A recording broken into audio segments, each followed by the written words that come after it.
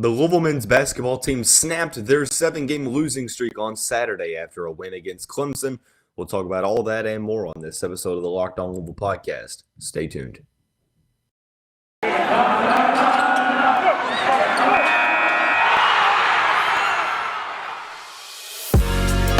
are Locked On Louisville, your daily podcast on the Louisville Cardinals. Part of the Locked On Podcast Network, your team every day. What is going on, everyone? Happy Monday. Welcome into another episode of the Locked On Louisville podcast. I'm your host, Dalton Pins. I serve as a credential media member for Cardinal Sports and I also do some PA announcing work for the university. Today's episode is brought to you by BetOnline. BetOnline has you covered this season with more props, odds, and lines than ever before. BetOnline is where the game starts. I also want to take this time to thank you personally for making us your first listen of the day. And just a reminder, the Locked On Louisville podcast is free on all streaming services, 5 days a week, your team every day. The Louisville Cardinals snapped their 7-game losing streak on Saturday. We'll discuss how a balanced attack led the Cardinals over the Clemson Tigers. We will then transition into previewing the game against North Carolina for tonight. And then finally, we'll discuss the significance of Liz Dixon announcing her return for next season for the women's basketball team on this episode of the show. We're going to start out with the big news. The Louisville men's basketball team snapped their 7-game losing streak to the Clemson Tigers on Saturday. It was the biggest streak, or the biggest skid, I should say, for the team since 1941. So, I mean, obviously a very historically bad slump, but ultimately the Cards were able to get it done through a balanced attack. Nothing truly special from this game. The Cards didn't necessarily even shoot the ball all that well from behind the arc. Clemson actually shot it better, but 70-61. It was kind of back and forth in the second half. Clemson started out. I think they started out up a couple points, through the very early stages of the second half. And Louisville went down and hit 4 straight three-pointers. And that put Louisville up 40-31, I believe. And then Clemson came back. And then it was a little back and forth. Jared West, Noah Locke, were able to hit some big shots. So it really kind of comes down to the fact that Louisville clutched up in the second half, and that's something that we had seen early on in the ACC play in January and at certain points in the non-conference slate against Maryland and so on and so forth, but we really weren't able to kind of put that to the test over the past month and a half or so due to the fact that this team had really been struggling. But it's good to see a victory. Like I mentioned, it was a balanced attack for Louisville, not really too many big standouts. I believe 5 players scored over 7 points. Excuse me. I was really impressed with, Noah Locke off the bench. He was 6 for 12 from the field, 3 for 8 from deep, had a game-high 15 points for Louisville. Malik Williams had 12 and 5. Ellis with 11. Then Sidney Curry had 7. Jae'Lyn Withers had 7. So all across the board, it was something that, multiple players kind of stepped up and really helped the Cards in this one. It's one of those situations to where I was talking to somebody and, coming into this game, I felt like this was the last realistically winnable game for Louisville, and it turned out that it was a winnable game. And I think that even if Louisville doesn't win any of the next 4 games, this was such a pivotal victory just to stop the skid. When it rains, it pours. It seems like everything's going wrong. You see these guys giving max effort night in, night out. Some games they've gotten close. Others, they've just gotten flat run off the court. But ultimately, getting back in the win column is something that, it's huge for program morale. Even if, the tournament is out of reach unless you win the conference tournament, even though this season has been definitely a disappointment, it's one of those things where you have to kind of take things with context. You have to realize, look, Yes, we know that this season it has not lived up to any of the expectations that this program had for year 4 under Chris Mack.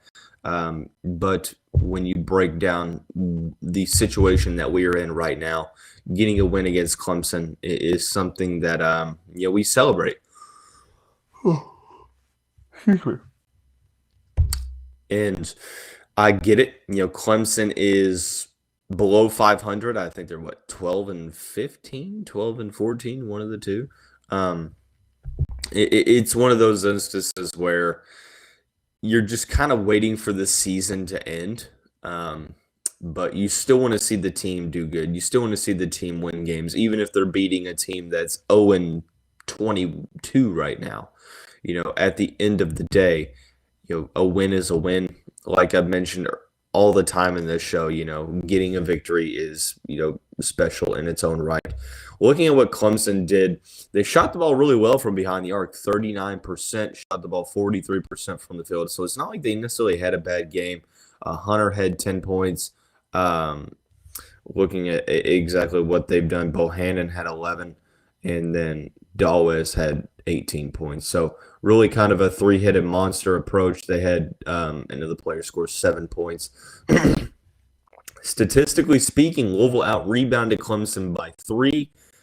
Turnover-wise, only 8 turnovers. So we've been seeing kind of throughout the course of ACC play where it's getting masked over a little bit by, not winning ball games. But Louisville has done a lot better considerably in terms of taking care of the ball, limiting turnovers. And that is an aspect of the game that, in November and December and early January, when you pinpointed why Louisville was losing games or you pinpointed why games were closer than they should have been, turnovers were right there. Bad perimeter shooting and turning the ball over were the two biggest takeaways that Louisville needed to work on this season. Seemingly they are, getting better. I'm not saying that they've, completely turned the corner, but they're showing a ton of improvement in terms of holding on to the ball. Well, I loved the effort in the game on Saturday. I loved to see Malik Williams back out there. I loved to see Jae'Lyn Withers continue to, try to work through his early season funk and, try to get back to the player that he once was. Even though he may not get there, I love the tenacity that I'm seeing. Locke, it's good to see him shoot efficiently and score in double digits. Ellis, as I mentioned, has a case for really, making an all-ACC team next year. And then, obviously, Sidney Curry is announcing to come back. We'll talk about Curry's announcement to come back on tomorrow's episode of the show. I want to combine that with, the North Carolina recap and some women's basketball recap from Sunday. So we'll go ahead and transition into that game against North Carolina. Before we do that, we're going to talk about the title sponsor of the show, BetOnline. Football might be over for the season, but basketball is in full steam for both pro and college hoops. From all the latest odds, totals, player performance props to where the next fired coach is going to land, BetOnline.net is the number one spot for all of your your sports betting needs. And it remains the best spot for all of your sports scores, podcasts, and news this season. It's not just basketball. BetOnline is your source for hockey, boxing, UFC, odds, right to the Olympic coverage and information. Head to the website today or use your mobile device to learn more about the trends in action. BetOnline is where the game starts. Also want to take this time to personally thank you once again for making us your first listen of the day. And just a reminder, the Locked On Louisville podcast is free on all streaming services, including YouTube now, 5 days a week, your team every day.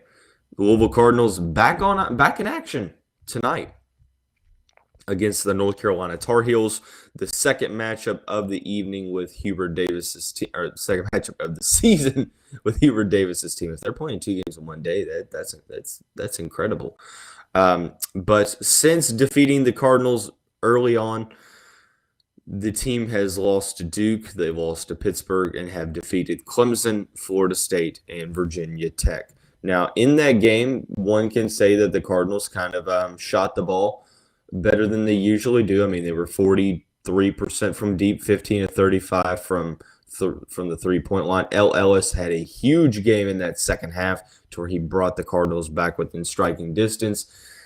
And obviously, I'd be remiss if I didn't say it, the officiating in the last part of that overtime period was absolutely crucial, and hopefully we get a little bit of a different whistle. Unfortunately, this game is in Chapel Hill, so if you're looking for a different whistle, well, just know where you're going into play. No, but in all seriousness, this is a game to where I think that Louisville is probably, still, under, I wouldn't really say undermanned, but I think, just, kind of outmatched against North Carolina, especially with their size. One thing that really kind of got to me was the fact that even though the rebounds were pretty even, I mean, it was 44-41, Armando Bacot, 22 points. Caleb Love also, he had 5 rebounds. Brady Manick with 6. All of their starters had at least 4 rebounds. So I just had to make sure that. Okay. Yeah, this is going to be a game to where when you look at what the keys of the game are, what the players to watch for in this one, I'm extremely interested to see how the Cardinals are going to, how they're going to guard Armando Bacot differently. Anytime you have a player, go off for, almost 20 and 20 against you in a certain game, you have to make certain adjustments to make sure that they don't do that again.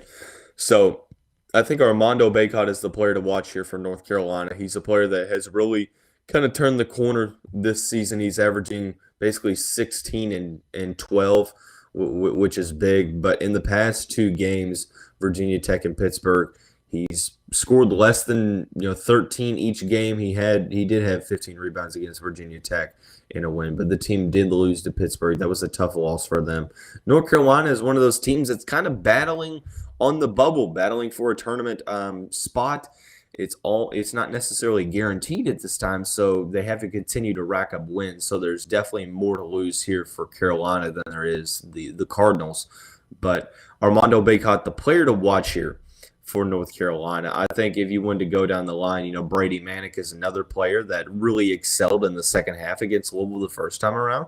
So you have to watch out for him as well. But ultimately, it's the big guy in the middle, because I feel like if Louisville can do somewhat of limiting him, both on the offensive glass and in the paint, then who knows, even on the road, the Cardinals, despite having to shoot the ball really well the first time around to be in the game, I do think that this is a winnable game for the Cardinals. I just don't necessarily know, how big of a possibility that is. For Louisville, like I mentioned, the keys to the game, number one, perimeter shooting, limiting turnovers, and limiting, paint offense for North Carolina. Obviously, perimeter shooting is a big one, considering the fact that Carolina is a team that usually, they're a team that shoots the ball well. Caleb Love didn't necessarily play all that well against the Cardinals the first time around. Yeah, he had 16 points, but I don't know why I keep yawning. It's early in the morning, but Caleb did have 16 points, but he had to shoot 3 for 18 to get there. RJ Davis did have 18 points, but he had to shoot 6 for 15 to get there. North Carolina did not have 1 point from their bench in that matchup against the Cards. And ultimately, this is going to be an instance to where you're going to have to hope that Carolina is not shooting the ball well, while also, executing on your keys to the game. If Louisville's able to shoot the ball well, you have to assume that they're going to be in this game. Limiting offense in the paint. We talked about Armando Bacot, Brady Manick, and their size in the front court. You do have Malik Williams in this game, so we'll see how Malik is able to affect that. I think in terms of switches and ball screens, Malik is one of the better defenders in the ACC in that regard. So I'm interested to see how different things are with Malik Williams on the court for Louisville. Not just Sidney Curry, and now with Jae'Lyn Withers playing consistently better and better. How different are the Cardinals going to look tonight down in Chapel Hill? Obviously you're going to have to get some good stuff from Ellis, Sidney Curry. The players to watch for Louisville, I think that there's two of them. I think number one, like I mentioned, I think L. Ellis is on the forefront here. He had a lot of success against North Carolina, arguably his best game of the season, his best game in a Cardinal uniform, where he had 25 points. He had to do that on 21 shots, so efficiency wasn't necessarily there, but ultimately he was able to go out and bring the Cardinals within striking distance. So that's the key thing to focus on. I think that if L. Ellis is having a big game, Louisville's in a good position. Another player to focus on here for Louisville, I think Noah Locke is going to play a big role in this one. He just came off a game against Clemson where he scored in double figures, shot 50% from the field.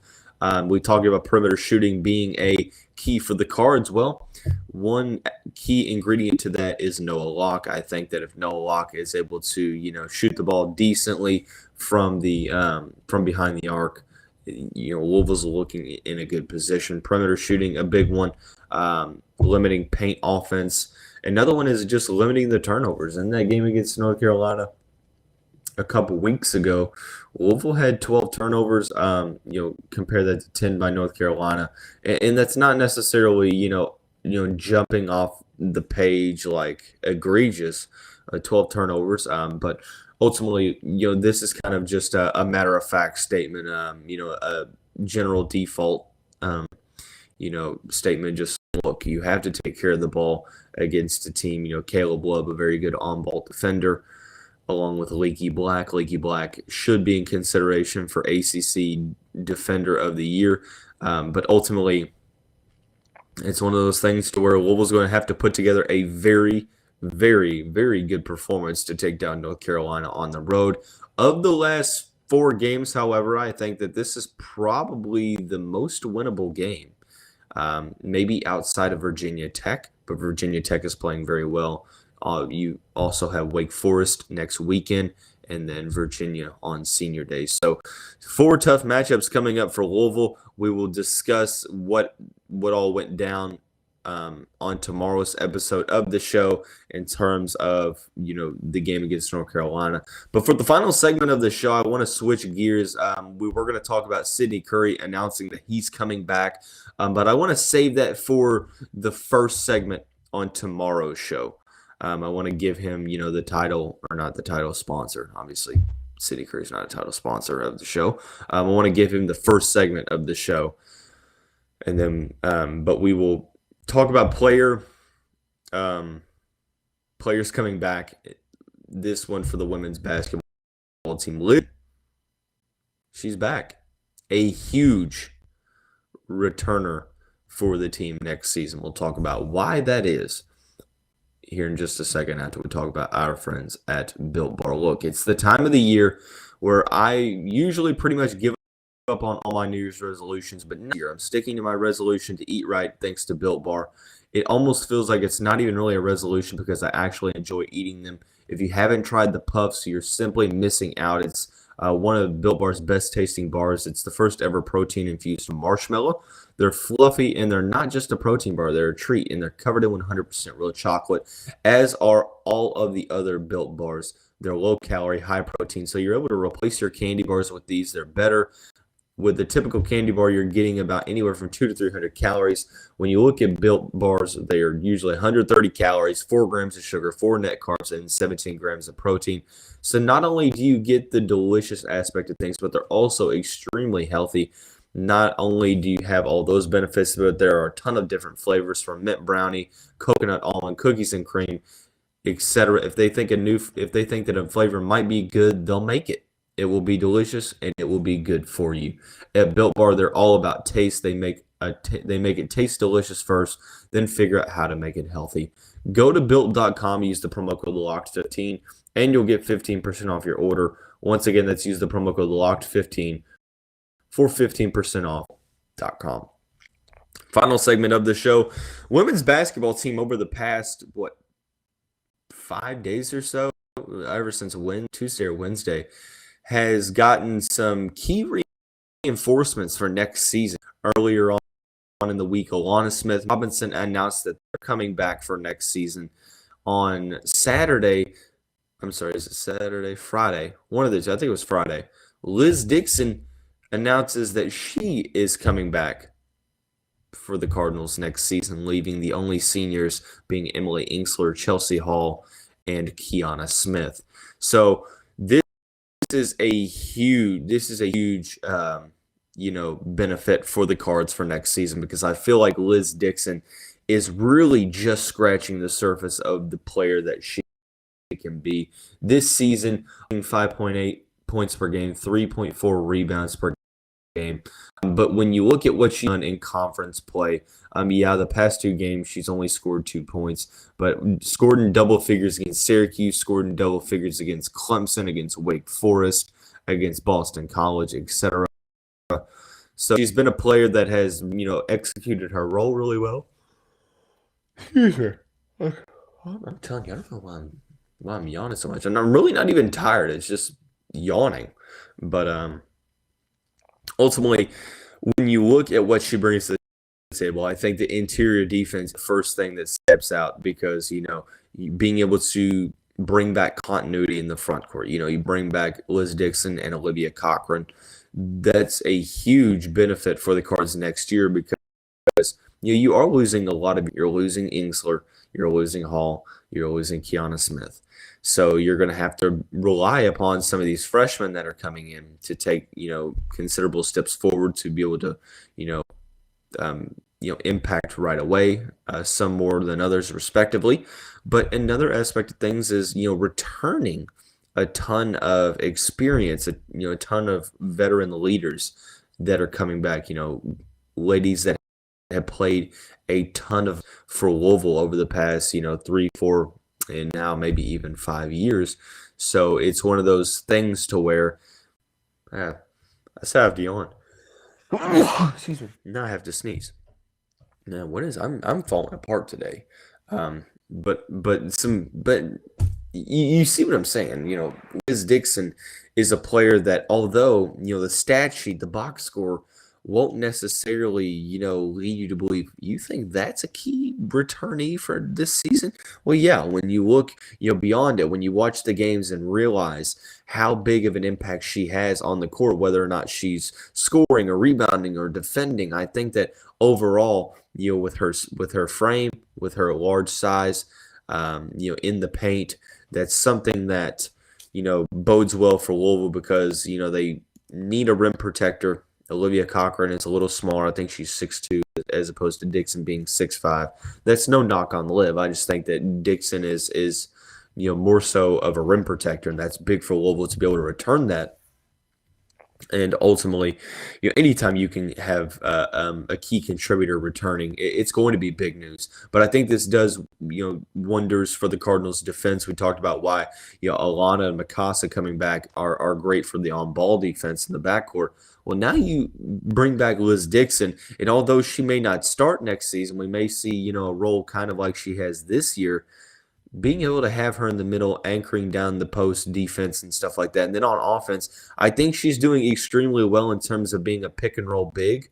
Being able to, roll off of the screens, and being able to get the ball at the top of the key and be the ball handler in the it seems like the guard on guard screens that we've seen Jeff Walls use to free up his guards like Haley, like Kiana Smith, etc.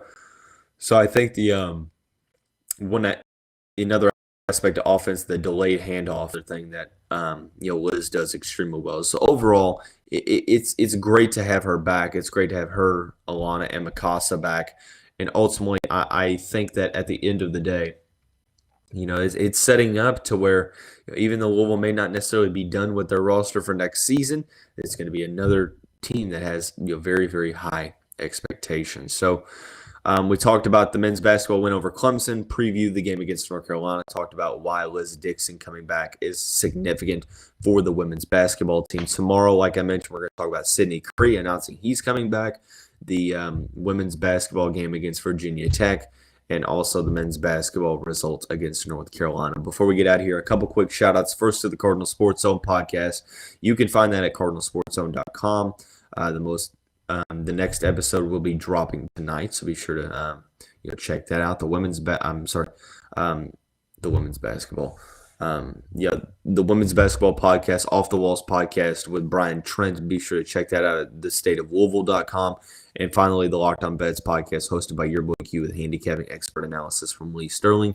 You can get that on the Odyssey app or wherever you like to get your podcast. That's going to wrap up this Monday edition of the show. Everyone have a great day. Go Cards, most importantly. And we will see you right back here